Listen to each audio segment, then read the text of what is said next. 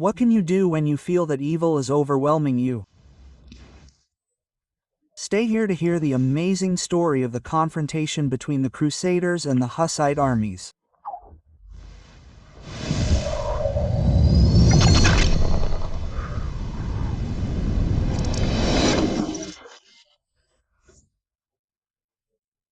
It was a warm Monday, August 1st, 1431, at the foot of the city of Weiden in Bavaria.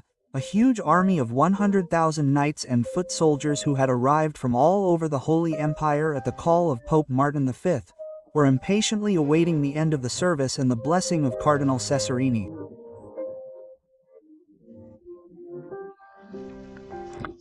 They were eager to set off on the Holy Crusade. For some veterans, the memory of previous failures filled them with regret, but also with fear. This time, however, the Crusaders were overwhelmingly numerous, not like before, and they came to eradicate the heresy of Jan Hus. For 12 years, the teachings and piety of the just had been increasingly influencing the world, weakening the authority of the Pope in Rome and the Emperor. And it all started with the burning at the stake in 1415 in Constanza of the great Czech scholar and reformer Jan Hus. This fact revolted the people of Bohemia. Hus's call to return to the pure teachings of the Bible was gaining more and more strength. Enraged, Emperor Sigismund of Luxembourg decided to put down the rebellion in an exemplary manner. So in 1419, on the orders of Pope Martin V, the First Crusade with 20,000 knights set off for Prague, but they ended in disgrace. Although the Hussites were not soldiers, but ordinary people, the battle tactics devised by their almost blind commander, Jan Žižka, shocked them. Namely, instead of measuring themselves in open battle, they barricaded themselves behind a wagenberg, a belt of large, tall and heavy chariots, closely linked together, behind which men and women armed with crossbows and a kind of portable cannon spread death among the attackers. And when the Crusaders lost their way, the foot soldiers with maces and homemade weapons would emerge from the fortress without warning and massacre them. This did not happen once. The 4 previous crusades, led by 48 heads of princes, dukes and other crowned heads, ended in disaster. This time, however, they came prepared to use the tactics of the Hussites themselves. They brought with them 9,000 war horses. At the head of the troops, alongside Friedrich von Brandenburg, Giuliano Cesarini rode confidently under the papal banner in his red cardinal's mantle.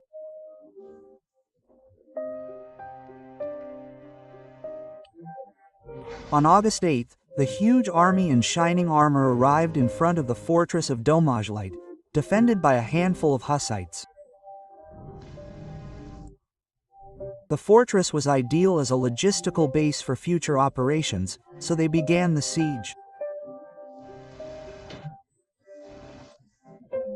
Inside, only 400 defenders, armed with their small cannons, struggled to hold out until the army arrived with their commander, Prokop the Great, who was at Tabor, the Hussite residence.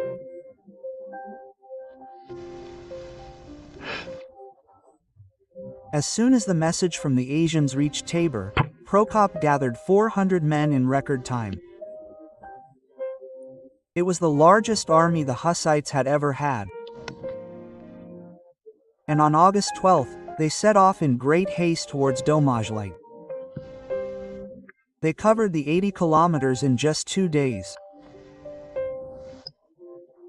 But when the Crusaders learned that the Hussites were only an hour away from them, their surprise was complete. They hastily tried to build a redoubt of chariots, while the main body of the troops tried to gather to form a battle formation.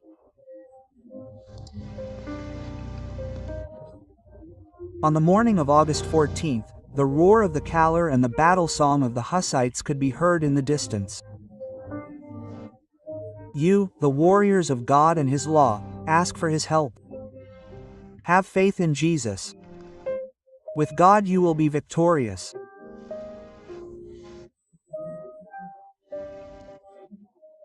At that moment, something amazing happened in the Crusader camp about which history maintains an embarrassing silence, only mentioning that it was rather mysterious.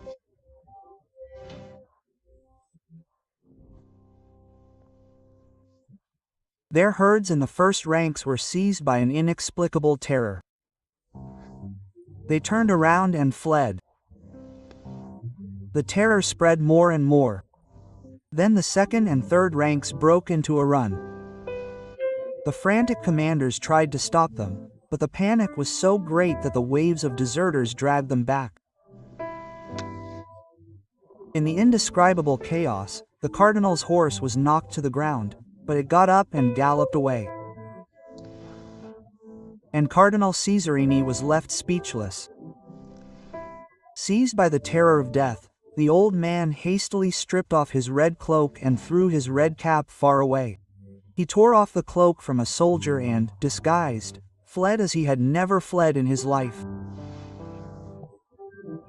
The immense Crusader army left behind 2,000 fully equipped chariots and countless supplies. If in their pursuit the Hussites did not manage to completely destroy them, it was only due to the bravery of the Crusader rearguard, which managed to raise a barrier of war chariots, thus giving the pious Crusaders time to disappear. What could that mysterious something be? The Crusaders had no idea of the number of Hussites to be afraid of. Could it have been the psychological element of surprise? Not at all. Because that hour before the arrival of Procopius the Great left them enough time to organize at least their vanguard. And then here were knights with names, veterans hardened in the battles with the Turks of Kosovo and Nicopolis. But let us just remember that this is not an ordinary war, but a genocide. Organized by the Pope against Christians determined to live the light of the Bible. It was even more than that.